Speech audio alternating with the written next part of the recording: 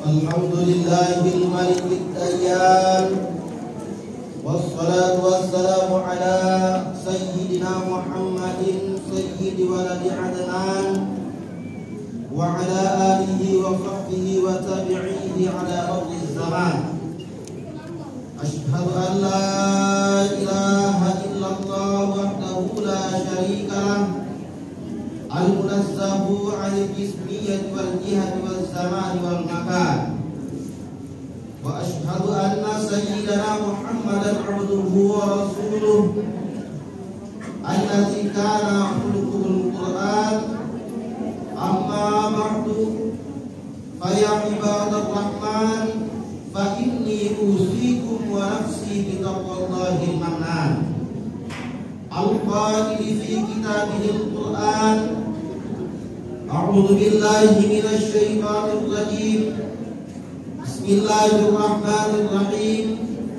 Innamal mu'minuna alladzina idza dzukirallahu wajilat qulubuhum wa idza tuliyat 'alaihim ayatuhu zadatuhum imana wa 'ala rabbihim yatawakkalun.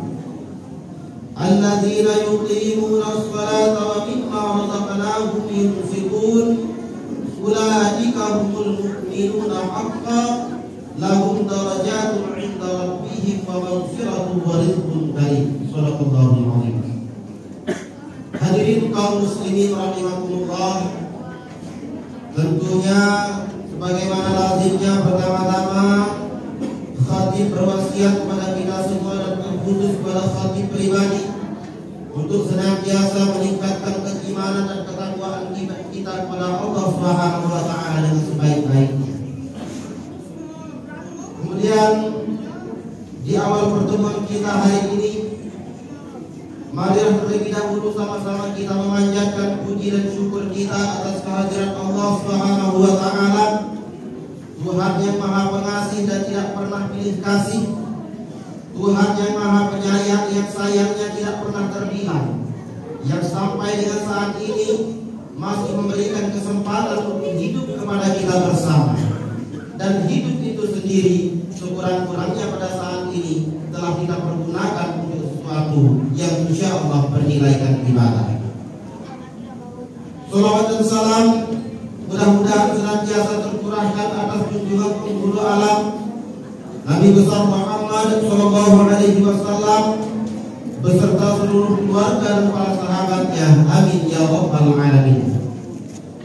Hadirin kaum muslimin rahimakumullah, kita semua maklum bahwa segala sesuatu dalam kehidupan ini mempunyai ciri.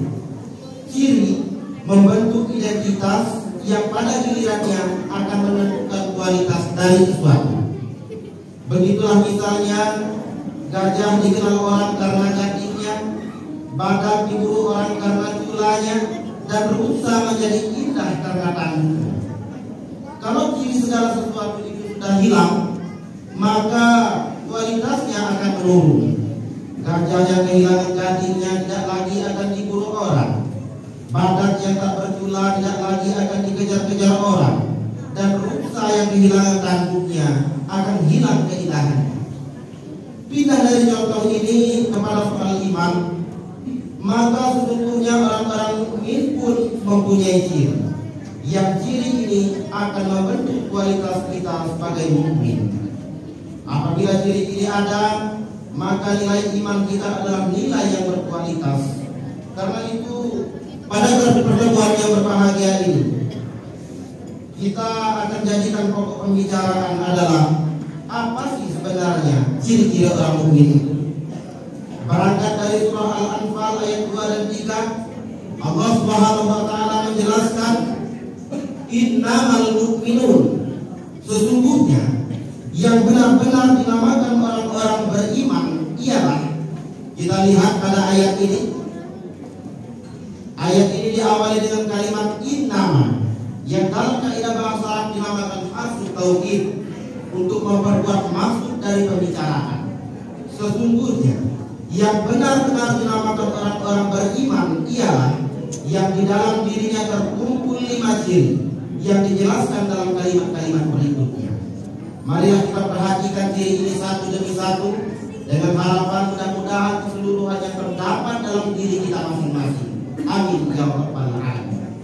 Ciri yang pertama, orang mukmin itu idza dzukirallahu wajilat qulubuhum. Manakala disebut nama Allah, bergetar hatinya. Nama Allah selalu menggugah jiwa dan perasaannya. Nah, kemudian masalahnya bagaimana itu bisa terjadi? Kita tahu dalam kehidupan ini, dalam hidup ini, Allah hanya memberikan satu hati kepada kita. Dalam hati yang satu itu ada sejuta rasa. Logikanya, apa yang paling mengambil tempat terbesar di dalam hati kita, itulah yang kalau disebut hati akan bergetar dengannya. Contoh, kalau seorang dalam hidupnya ini sebagian besar hatinya ditempati oleh harta, kemudian bila disebutkan harta, hatinya akan bergetar. Kalau seseorang hatinya itu sebagian besar ditempati oleh pangkat dan jabatan, maka manakala disebut pangkat dan jabatan, hatinya akan bergetar. Adapun orang-orang mukmin, sebagian hatinya diisi dengan Allah, manakala disebut nama Allah, bergetar hatinya. Hadirin kaum muslimin rahimakumullah. Kalau ini sudah tertanam dalam jiwa kita, efek positifnya yang akan tumbuh adalah etika otonom. Bahwa kalau saya sendiri, yang kedua adalah Allah. Kalau saya berdua, yang ketiga adalah Allah. Tidak ada sekedar namanya untuk berbuat yang tidak baik, karena nama Allah sanggup menggetarkan jiwa. Barangkali kalau ciri ini melekatlah sudah dalam jiwa setiap orang mukmin, polisi akan sedikit diistirahatkan dan hasil-hasil barangkali sudah waktunya untuk dibubarkan. Berbeda dengan sekarang, etika yang tumbuh adalah etika otonom, etika yang dipaksakan dari luar.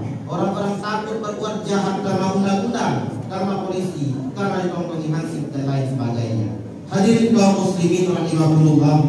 Ciri yang kedua, wa idza tuliyat alaihim ayatuhu zadatuhum iman.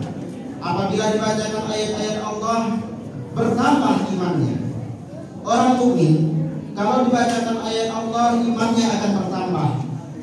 Lalu pertanyaannya, jikalau iman itu bisa bertambah, apakah kemudian iman itu juga bisa berkurang? Tentu jawabannya. Imam Ghazali membagi iman itu pada 3 klasifikasi. Yang pertama, yaitu iman tidak pernah bertambah dan tidak pernah berkurang, yaitu iman para malaikat. Kemudian yang kedua, iman yang selalu bertambah dan tidak pernah berkurang, yaitu iman para anbiya wal mursalin, yaitu nabi dan rasul. Kemudian yang ketiga, iman yang senantiasa bertambah dan berkurang, yaitu iman kita manusia biasa. Adapun orang-orang mukmin, cirinya adalah ketika dibacakan ayat Allah, imannya bertambah. Lalu apa sebenarnya ayat Allah itu? Ayat secara etimologi artinya tanda. Ayat Allah artinya tanda-tanda kebesaran Allah. Sayyid Muhammad Rashid Ridha membagi ayat Allah itu menjadi 2 bagian. Ada ayat Allah yang tercipta oleh Allah, yaitu alam, dan ada ayat Allah yang terucap oleh Allah, yaitu wahyu. Jadi alam semesta dengan seluruh isinya, lautan, gunung, matahari, angkasa, bintang dan sebagainya, merupakan ayat Allah, yaitu ayat yang tercipta oleh Allah. Al-Quran, Injil yang diturunkan kepada Nabi Isa adalah ayat Allah, karena ayat yang terucap oleh Allah. Membaca ayat Allah tentang angkasa luar melalui ilmu astronomi, membaca ayat Allah tentang lautan melalui ilmu oceanografi, membaca ayat Allah tentang bumi melalui ilmu geografi, membaca ayat Allah tentang organisme yang ada pada hewan, tumbuhan hingga manusia melalui ilmu biologi, membaca ayat Allah tentang manusia, masyarakat dan kebudayaannya secara holistik melalui ilmu antropologi. Kalau demikian, kalau kita berpikir bukan hanya di masjid, musola dan majelis taklim kita bisa memperkuat iman, tetapi masuk fakultas kedokteran, pertanian, sains dan teknologi, kita bisa memperkuat iman. Ideal memang, satu sisi kita pandai membaca ayat Allah yang terucap berupa wahyu, tetapi di sisi lain kita gagal membaca ayat Allah yang tercipta berupa alam, sehingga boleh jadi minyak kita di laut disedot orang, boleh jadi ikan kita di laut digarap orang, dan boleh jadi seluruh hasil bumi dan alam kita dieksploitasi orang. Hadirin yang berbahagia, selanjutnya ciri yang ketiga dari orang-orang beriman adalah wa 'ala rabbihim yatawakkalun. Mereka hanya berserah diri kepada Allah. Dengan semakin majunya perkembangan ilmu pengetahuan dan teknologi telah mengantarkan masyarakat dunia ini kepada suatu masyarakat yang serba ada, sudah menerapkan sebuah pola hidup yang mereka namakan love life. Sepertinya kebahagiaan itu sudah hampir dijangkau sepenuhnya oleh manusia. Tapi seiring dengan itu kita pun melihat sulitnya lapangan kerja, persaingan hidup yang makin tajam, kejenuhan akibat fasilitas dan pola hidup yang aneh-aneh. Nampaknya manusia memang perlu kepada sandaran yang bersifat vertikal. Dan sandaran yang vertikal itu dalam Al-Quran tidak lain adalah Allah Subhanahu wa Ta'ala. Hadirin yang berbahagia, tawakal ini akan lebih mantap kalau diiringi dengan perbuatan yang mendekatkan kita kepada tempat yang kita jadikan untuk bertawakal. Oleh sebab itu, ciri yang keempat ini menyambung, menguatkan yang ketiga tadi. Apa itu ciri yang keempat? Alladzina yuqimuna shalah. Orang-orang yang beriman itu senantiasa mendirikan salat. Sarana yang paling efektif untuk mendekatkan diri kepada Allah ialah dengan cara yang keempat ini, yaitu mendirikan salat. Jadi proses kita bertawakal ini diimbangi dengan pendekatan yang real kepadanya melalui jalur yang disebut salat. Di sana penyerahan ini menemukan bentuk yang paling pasrah. Hadirin yang berbahagia, adapun yang terakhir, sifat yang kelima, ciri yang terakhir dari seorang mukmin adalah wa mimma razaqnahum yunfiqun. Mereka orang-orang beriman itu membelanjakan rezeki yang diberikan kepada mereka itu di jalan Allah. Dia keras keringat, banting tulang, pergi pagi pulang sore, berusaha. Setelah ia dapat, ia sadar di sini ada hak anak yatim, di sini ada hak masjid, di sini ada hak orang-orang miskin yang membutuhkan uluran tangan, sehingga dia lalu tidak hidup hanya untuk kepentingan perut dan kepentingan dirinya belaka. Berbahagialah manusia yang kalau dijadikan wasilah oleh Allah untuk menyampaikan rezeki kepada orang lain. Tidak ada orang jadi kaya raya lantaran ia pelit, sebaliknya tidak ada orang yang jatuh melarat lantaran ia pemurah.